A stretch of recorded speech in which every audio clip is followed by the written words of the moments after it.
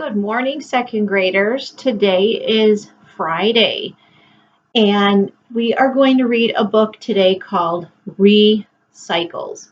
And this book goes a little bit deeper into some of Earth's cycles. And so there are three sections in this book. So I kind of want you to be thinking about the three cycles that I'm going to be reading about today. And I want you to think about that concept of cycles and how things repeat itself over and over again. So the book starts off with defining what a cycle is again. Everything on Earth is always changing. Sometimes these changes repeat over and over in patterns called cycles. And so far, we have learned about a lot of different types of cycles, things that happen over and over again in a pattern. The first cycle in this book is called the soil circle.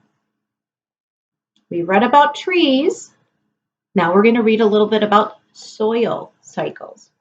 A little seedling sprouts in the shade of bigger trees.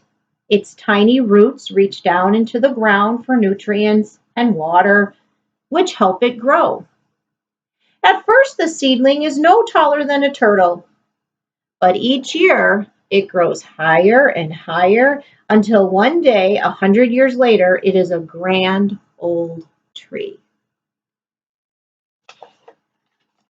Children swing from its limbs, birds build nests on its branches, and caterpillars dine on its delicious leaves. Each autumn, the tree drops acorns, which are eaten by the jays, squirrels, and deer. After many, many more years, the tree becomes old and weak.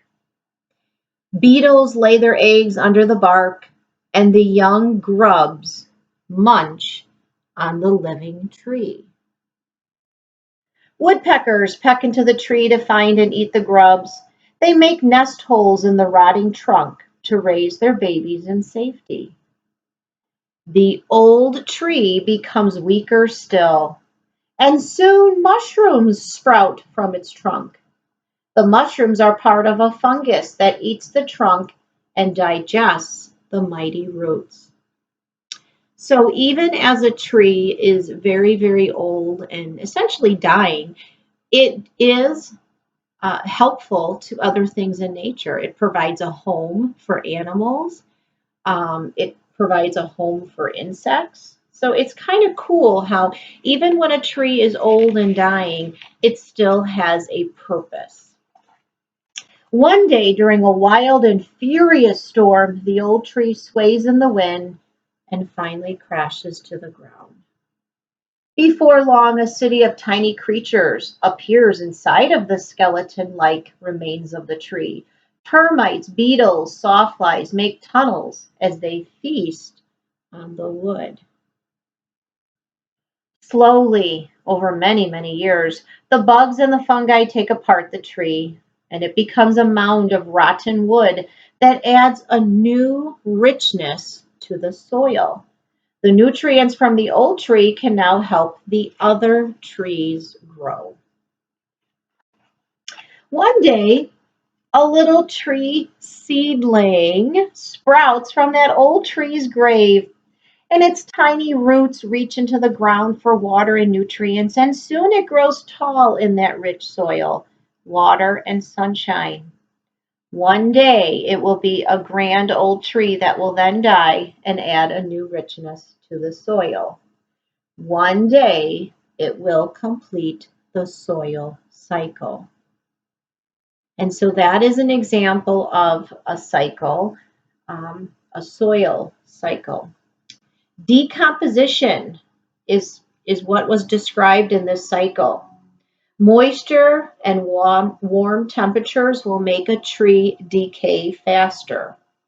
Soil is made up of a combination of minerals, dead plants, and even dead animals. In a dead tree, millions of insects can find their home. So that is the soil cycle. The water cycle is one that you might know a little bit about. This is a different cycle in nature. Out of the sky falls a little drop of water, and it lands on a leaf and drips to the ground. It joins other drops, and together they trickle into a stream. Gurgling and splashing, they glide over pebbles and rocks. Like a silver snake, the stream slides into the sea. That drop is now one tiny part of a big salty ocean. Each day, water drops evaporate and disappear into the air as they change to water vapor. One day, the sun's rays heat up the drop until it also changes to vapor. The little drop floats up into fluffy clouds where it joins with more droplets. When the droplets of vapor become chilled by cold air, they begin falling as raindrops. This time the water drop falls into a dirty puddle on a school playground. That very afternoon, the heat of the sun changes the drop to vapor, and once again it floats up into the sky to join a cloud.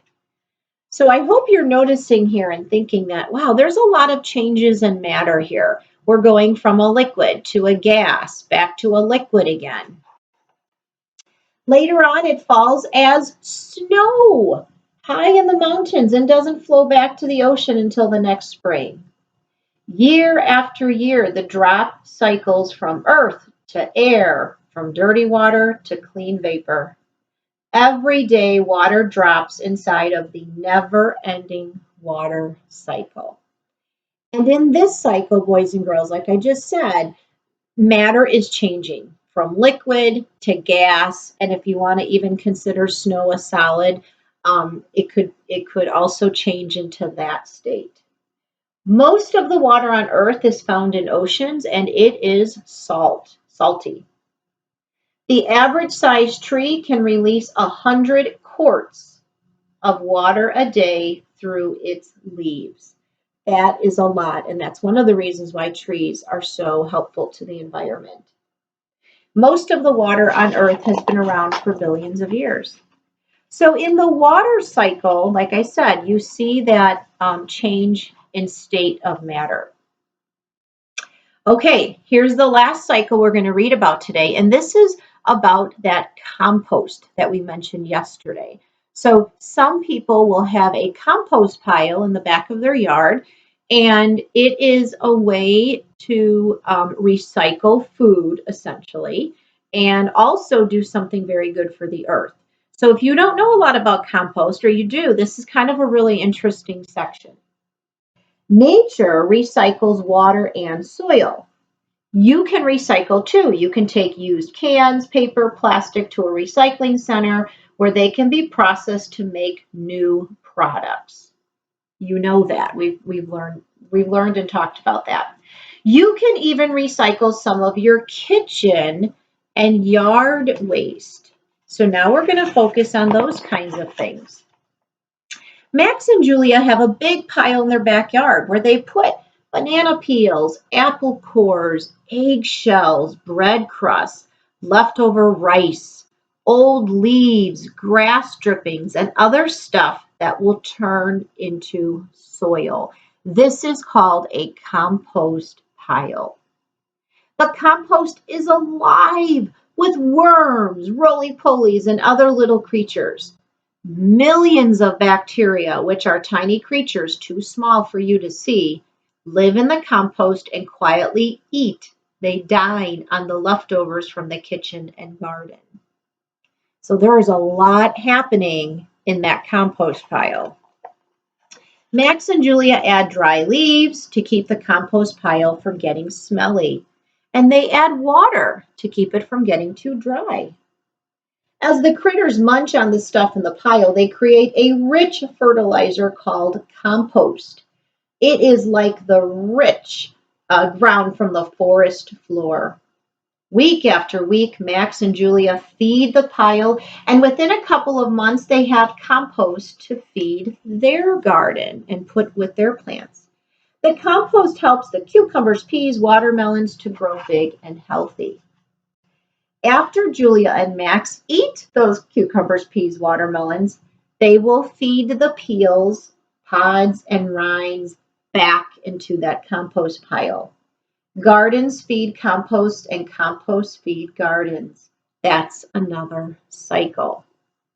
So instead of throwing out food waste, putting it into this compost pile to decompose and turn into fertilizer, which is then used to create new fertilizer for new plants, is another type of cycle. But as I mentioned yesterday in the video, you don't want to put meat or bones in the compost pile because a lot of animals will be attracted to that. You want to keep it moist, but not soggy. You don't want it to be soaking wet. And a lot of times people will start a pile by mixing kitchen waste, dry leaves, and a little garden soil. I'm curious if any of you have a compost pile in your yard. I know a friend of mine does, but instead of just a pile, she has it in a big tub. So she has an actual container that is meant for compost. And I think hers might even have a lid on it to protect the smell from it. But I am very curious to know if any of you have a compost pile, because that is a way to recycle food scraps. Again, not the meat, but the other stuff. So to recap, this book talked about 3 different cycles, right? The first cycle was called the soil cycle, and it talked about how an old tree can decompose and eventually bring new life to a new tree. The second section is about the water cycle, and you may know a little bit about that already. And if not, that might be a really interesting topic to do a little bit of research on. And the last cycle was about compost and how people can recycle food scraps to become fertilizer. So, boys and girls, again, these are 3 more cycles that we find in nature on Earth. And I thought it was very interesting for you to understand how everything affects everything else on our planet, right? Thank you for listening today, and I hope you're having a great learning day, and then you'll be on to celebrate and enjoy your weekend. Okay. Thanks for listening, second graders. Have a good day. Bye.